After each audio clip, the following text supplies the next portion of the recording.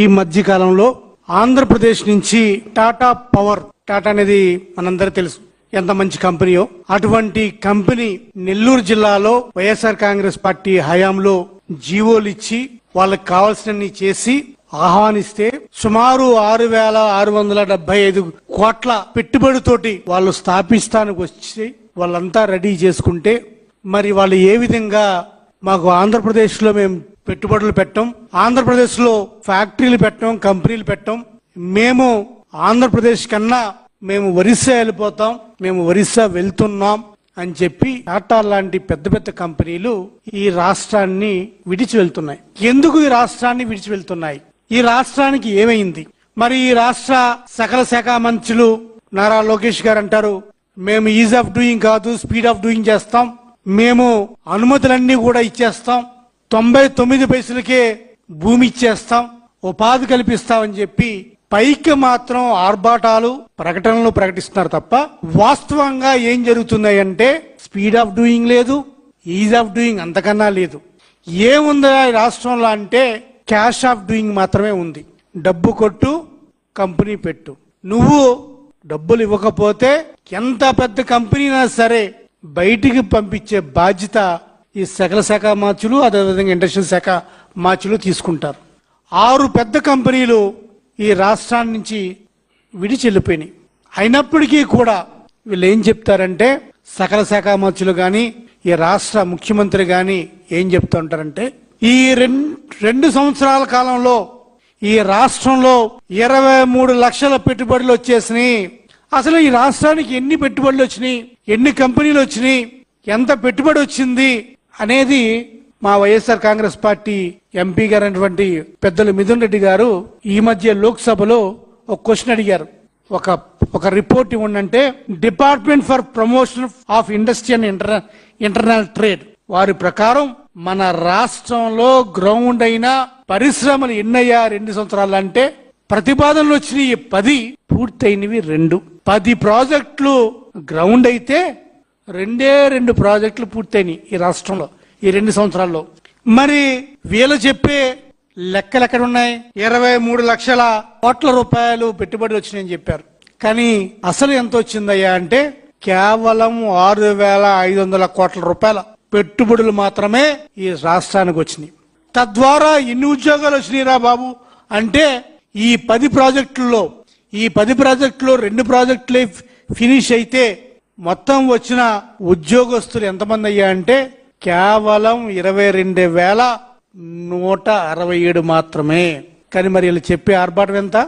20 లక్షల ఉద్యోగాలు వచ్చేసినాయి, 23 లక్షల కోట్ల పెట్టుబడులు వచ్చేసినాయి, దేశానికి రూపాయి వస్తే మరి ఆ రూపాయలో పావుల ఆంధ్రప్రదేశ్కి వచ్చేస్తున్నాయని చెప్తే మాట్లాడుతున్నారు. సరే, ప్రశ్నావళిలో క్వశ్చన్ అవర్ లో మా ఎంపీ అడిగిన క్వశ్చన్ కు లిఖితపూర్వకంగా ఇండస్ట్రీస్ అండ్ కామర్స్ మినిస్టర్ ఇచ్చిన ఆన్సర్ అది.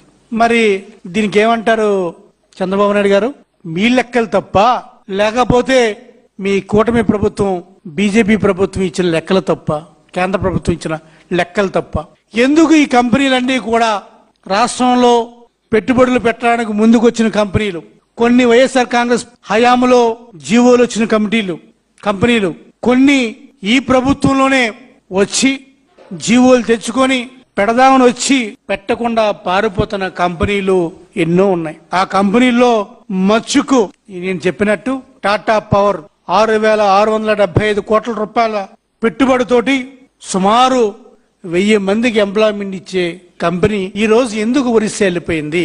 ఎవరు ఒరిస్సాను పంపించేశారు? ఒరిస్సాకు పంపించారు.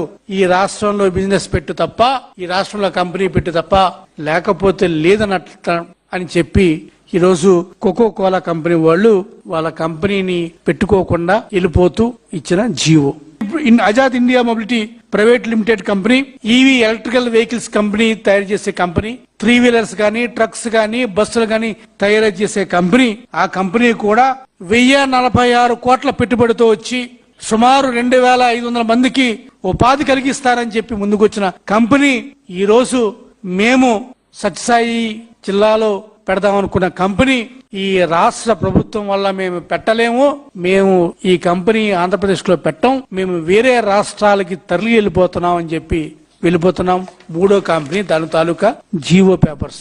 ఇంకా నాలుగో కంపెనీ డిఫెన్స్ సెక్టార్ లో జిన్ఫ్రా కంపెనీ అనే కంపెనీ సుమారు 1150 కోట్ల పెట్టుబడితో వచ్చే కంపెనీ వచ్చి ల్యాండ్ అలాట్మెంట్ చేపించుకొని అనంతపురం జిల్లా తిమ్మాపురంలో ల్యాండ్ అలాట్ అయిన తర్వాత కూడా ల్యాండ్ కోసం వాళ్ళు ఒక 2.5 crores ఈడిఎం తీసి కూడా ప్రభుత్వానికి సమర్పించి మేము కంపెనీ పెట్టుకుంటామని చెప్పి ముందుకు వచ్చిన తర్వాత మళ్ళీ ఏమైందో ఏంటో ఇదే కంపెనీ మళ్ళీ ప్రభుత్వానికి రాసుకొని నేను ఈ రాష్ట్రంలో కంపెనీ పెట్టను, నేను పక్క రాష్ట్రాన తమిళనాడుకి వెళ్ళిపోతాను, అక్కడ కంపెనీ పెట్టుకుంటాను తప్ప ఆంధ్రప్రదేశ్లో పెట్టుకోనని చెప్పిన జీవో కాపీలు. ఇక ఐదో company Jupiter renewable private limited company. ఇది కూడా సుమారు 2700 కోట్ల రూపాయల పెట్టుబడితో వచ్చి 3000 మందికి ఉపాధి కల్పిస్తా అని చెప్పిన కంపెనీ. అనకాపల్లిలో రాంబెల్లి మండలంలో పెట్టవలసిన కంపెనీ. ల్యాండ్ అలాట్మెంట్ అన్ని అయిన తర్వాత అసలు స్వరూపం, నాయకుల స్వరూపం, ఈ రాష్ట్ర ప్రభుత్వ స్వరూపం తెలుసుకున్న తర్వాత నేను ఈ రాష్ట్రంలో నేను కంపెనీ పెట్టనని చెప్పి జీవో నెంబరు 38 ద్వారా వినిపించుకొని ఒక జీవోని ఇష్యూ చేయించుకొని మేము అసలు ఈ రాష్ట్రంలో ఉండడం పారిపోతున్నాం అని చెప్పి వెళ్ళిపోతున్నాం అని చెప్పి అమెరికన్ బేస్డ్ కంపెనీ ఇండి సెమీ కండక్టర్స్ కంపెనీ కావచ్చు, అదాని మొబిలిటీస్ కావచ్చు, ఐలాట్ హెల్త్ సొల్యూషన్స్ కావచ్చు, ఇలా ఎన్నో కంపెనీలు ఈ రోజు ఈ రాష్ట్రాన్ని వదిలిపి వెళ్ళిపోతున్నాయంటే దానికి కారకులు ఎవరు? ఎందుకు కంపెనీలు వెళ్ళిపోతున్నాయంటే ఒక్కరు కూడా మాట్లాడరు. మాట్లాడకపోగా వాళ్ళు చెప్తారు కంపెనీలు అంట వాళ్ళని చూసి 23 లక్షల కోట్ల అన్ని వస్తున్నాయి. అసలు మీరు ఈ 2 సంవత్సరాల్లో ఎన్ని ఎంఓయూలు చేసుకున్నారు, ఆ ఎంఓయూలు ఎన్ని, ఆ ఎంఓయూలు విలువ ఎంత, ఆ యాక్చువల్ ఇన్వెస్ట్మెంట్ ఎంత, అందులో గ్రౌండ్ అయిన ఎంఓయూలు ఎన్ని, గ్రౌండ్ అయ్యి ఆపరేషనలైజ్ అయిన ఎంఓయూలు ఎన్ని పరిశ్రమలు వచ్చినాయి, మీ వల్ల ఈ 2 సంవత్సరాల్లో రద్దు అయిపోయిన పరిశ్రమలు ఎన్ని, క్యాన్సిల్ అయిపోయిన పరిశ్రమలు ఎన్ని, ఈ రాష్ట్రం నుంచి చెల్లిపోయిన పరిశ్రమలు ఎన్ని, అసలు ఈ పరిశ్రమల ద్వారా వచ్చిన ఉద్యోగాలు ఎన్ని అనేది ఈ సకల శాఖ మార్చులు అదేవిధంగా ఇండస్ట్రియల్ శాఖ మార్చులు ఒక వైట్ పేపర్ రిలీజ్ చేయండి అని చెప్పి వైఎస్ఆర్ కాంగ్రెస్ పార్టీ డిమాండ్ చేస్తుంది. అసలు ఎంత అబద్ధం చెప్తున్నారంటే ఈ పరిశ్రమల గురించి రోజుకు ఒక అగ్రిమెంట్. స్టేట్ జిఎస్టీ తగ్గిపోతుంది, మీరేమో 20 లక్షల ఎంప్లాయ్మెంట్ అని చెప్తున్నారు. ఎవరిని మోసం చేయడానికి మీరు ఇవన్నీ చేస్తున్నారనేది ఏం అర్థం కాదు. మాట్లాడితే ఏం చెప్తారు వీళ్ళంతా, వైఎస్ఆర్ కాంగ్రెస్ పార్టీలో పరిశ్రమలు వెళ్ళిపోయినాయి మేము తీసుకొచ్చేస్తున్నాం అని చెప్తున్నారు. సిగ్గు లేకుండా చంద్రబాబు నారా లోకేష్ గారు అంటారు అమర్ రాజా బ్యాటరీస్ గురించి రాష్ట్ర ప్రజలంతా మీకు క్షమాపణ చెప్పాలి మిమ్మల్ని పంపేసినందుకు అని చెప్తారు. చాలాసార్లు చెప్పాం అమర్ రాజా బ్యాటరీస్ ఎందుకు వెళ్ళినాయి అని. అమర్ రాజా బ్యాటరీస్ ఎందుకు వెళ్ళినాయి అంటే ఆంధ్రప్రదేశ్ పొల్యూషన్ కంట్రోల్ బోర్డు మరియు కేంద్ర సంస్థ అయిన environment protection institute of technology వాళ్ళు ఈపీటీఆర్ఐ హైదరాబాద్ వాళ్ళు సంయుక్తంగా రిపోర్ట్ ఇచ్చి అమర్ రాజా బ్యాటరీస్ ఫ్యాక్టరీస్ కంపెనీలో ఏదైతే కంపెనీలో వాడే లిథియం ఆ లెడ్ శాతం ఎక్కువగా ఉంది, గాలిలోను భూమిలోను ఈ కంపెనీ వల్ల ఆ లెడ్ శాతం ఎక్కువ ఉంది అని చెప్పడమే కాకుండా అమర్ రాజా ఫ్యాక్టరీస్ లో పనిచేసే ఉద్యోగస్తులకి బ్లడ్ టెస్ట్ చేపిస్తే ఈ కంపెనీ మూసివేయాలో లేకపోతే ఈ కంపెనీ పొల్యూషన్ బోర్డు అనుమతులు తప్పకుండా పొందాలని రూల్ పెడితే ఆ రూల్ని హైకోర్టు వారు కూడా గౌరవించి హైకోర్టు ఆర్డర్ చేస్తే అటువంటి పరిస్థితుల్లో అమర్ రాజా బ్యాటరీస్ తెలంగాణకి తమిళనాడుకి వెళ్ళింది. అలా వద్దు వాడొద్దని చెప్పి కోర్టు మొట్టికేలు పొడిస్తే కోర్టును లెక్క చేయకుండా వాళ్ళు వేరే స్టేట్కి వెళ్ళి వ్యాపారం పెట్టుకున్నారు. దానికి మళ్ళీ లోకేష్ గారు అంటారు ఆంధ్రప్రదేశ్లో అంతా కూడా క్షమాపణ చెప్పాలి అంటారు.